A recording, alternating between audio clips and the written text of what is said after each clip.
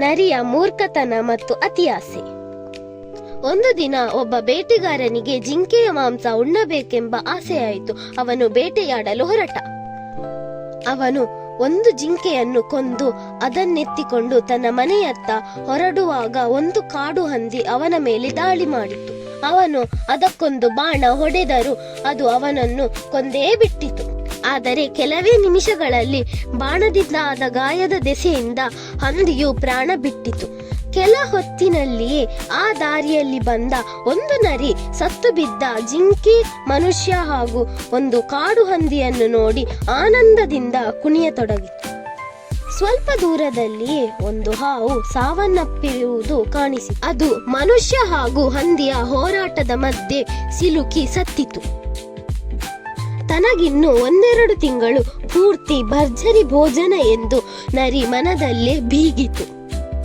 ಯಾವುದನ್ನು ಮೊದಲು ತಿನ್ನಲಿ ಎಂದು ಅದಕ್ಕೆ ಗೊಂದಲವಾಗಿ ಲೆಕ್ಕಾಚಾರ ಹಾಕಲು ತೊಡಗಿತು. ಅಷ್ಟರಲ್ಲಿ ಅದಕ್ಕೆ ಮನುಷ್ಯನ ಕೈಯ ಬಳಿ ಬಿದ್ದಿದ್ದ ಬಿಲ್ಲಿನ ತುದಿಗೆ ಮಾಂಸದ ತುಂಡೊಂದು ಅಂಟಿಕೊಂಡಿರುವುದು ಕಾಣಿಸಿತು. ಬಿಲ್ಲಿನ ತುದಿಯಲ್ಲಿ ಮೆತ್ತಿಕೊಂಡಿರುವ ಮಾಂಸವನ್ನು ತಿನ್ನಬೇಕೆಂದು ನರಿಗೆ ಆಸೆಯಾಯಿತು. ಅದು ಸಣ್ಣ ತುಂಡೆ ಆದರೂ ಮಾಂಸವಲ್ಲವೇ, ಅದನ್ನೇಕೆ ಬಿಡಬೇಕು? ಅದು ಸಣ್ಣ ತುಂಡನ್ನು ಮೊದಲು ತಿನ್ನೋಣ, ಆಮೇಲೆ ಭರ್ಜರಿ ಭೋಜನ ಇದ್ದೇ ಇದೆ ಎಂದು ಅದು ತೀರ್ಮಾನಿಸಿತು.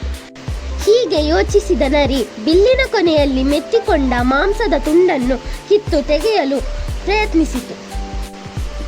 ಈ ಪ್ರಯತ್ನದಲ್ಲಿದ್ದಾಗ ಬಿಗಿಯಾಗಿ ಕಟ್ಟಿದ ಬಿಲ್ಲಿನ ಹಗ್ಗ ಬಿಚ್ಚಿಕೊಂಡು ರಭಸದಿಂದ ನರಿಯ ತಲೆಗೆ ಬಡಿಯಿತು. ಆ ಏಟು ಬಲವಾದ ಚಾಟಿ ಏಟಿನಂತೆ ಇದ್ದಿದ್ದರಿಂದ ನರಿ ಸತ್ತು ಹೋಯಿತು.